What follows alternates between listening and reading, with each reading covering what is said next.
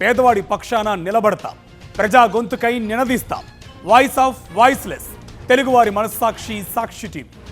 సాక్షి TV ప్రసారాల కోసం మీ స్థానిక cable ఆపరేటర్ను వెంటనే సంప్రదించండి. సొమ్ము ఒకరిది, సోకు ఒకరిది అంటే ఇదేనేమో.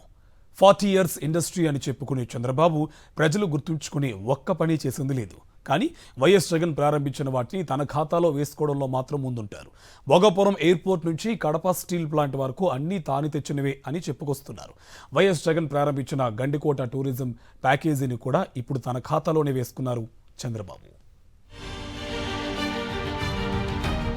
డాక్టర్ వైఎస్ రాజశేఖర రెడ్డి ముఖ్యమంత్రిగా ఉన్నప్పుడు కడప జిల్లాలోని గండికోట అభివృద్ధికి ఎనలేని కృషి చేశారు. గ్రాండ్ క్యానియన్ ఆఫ్ ఇండియాగా పిలిచే గండికోటలో టూరిజం అభివృద్ధికి అనేక చర్యలు చేపట్టారు. హరిత హోటల్ నిర్మాణంతో పాటు కోట మరమ్మతులు కూడా చేపట్టారు. ఆయన మరణానంతరం ఎక్కడి పనులు అక్కడే ఆగిపోయాయి. 2014లో అధికారంలోకి వచ్చిన చంద్రబాబు గొప్పలు చెప్పారే తప్ప ఒక్క పని చేసింది లేదు.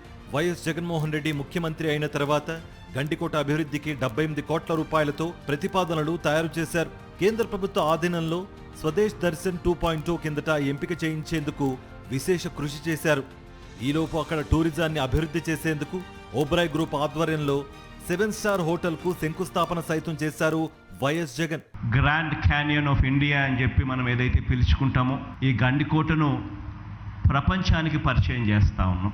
ఓబరాయ్ లాంటి గ్రూపు ఇక్కడికి రావడం, ఇక్కడ ఒక సూపర్ లగ్జరీ రిసార్ట్ కట్టడం, అంటే దాదాపుగా కలోకియల్గా మాట్లాడాలి అంటే 7 స్టార్ హోటల్ తీసుకొచ్చే కార్యక్రమం జరుగుతూ ఉంది. ఇలాంటి వాళ్ళు వచ్చి ఇక్కడ ఇలాంటి హోటల్స్ కనుక కట్టడం మొదలు పెడితే గండికోట అన్నది గ్లోబల్ మ్యాప్లోకి, టూరిజం మ్యాప్లోకి తీసుకొని పోగలుగుతాం. గండికోట గార్స్ పై ఐకానిక్ గ్లాస్ ఖాతాలో వేసుకున్నారు. అమెరికాలో గ్రాండ్ కెనన్ ఉంది, ఇండియాలో గండికోట ఉంది. దీన్ని ఒక ఆకర్షణీయమైన ప్రాంతంగా తయారు చేయడానికి, అదే మరి ఒక మంచి పర్యాటక కేంద్రంగా తయారు చేయడానికి 80 కోట్ల రూపాయలతో పనులు కూడా ప్రారంభిస్తున్నాం. రేపు రాబోయే రోజుల్లో గండికోటలో కృష్ణదేవరాయల విగ్రహం కూడా పెట్టిస్తామని చెప్పి కూడా నేను మీకు తెలియజేస్తున్నా. వాస్తవానికి వైఎస్ జగన్మోహన్ రెడ్డి చొరవతో కేంద్ర ప్రభుత్వం ఈ ప్రాజెక్ట్ మంజూరు చేసింది. గండికోటను అభివృద్ధి చేస్తున్నామని గొప్పలు చెప్పుకున్న చంద్రబాబు ఇది కేంద్ర ప్రభుత్వ పథకమని మాత్రం ఎక్కడా చెప్పలేదు. పైగా వైఎస్ జగన్ ప్రతిపాదనలతో వచ్చిన ప్రాజెక్టును తన ఖాతాలో వేసుకుని క్రెడిట్ కొట్టేస్తున్నారు.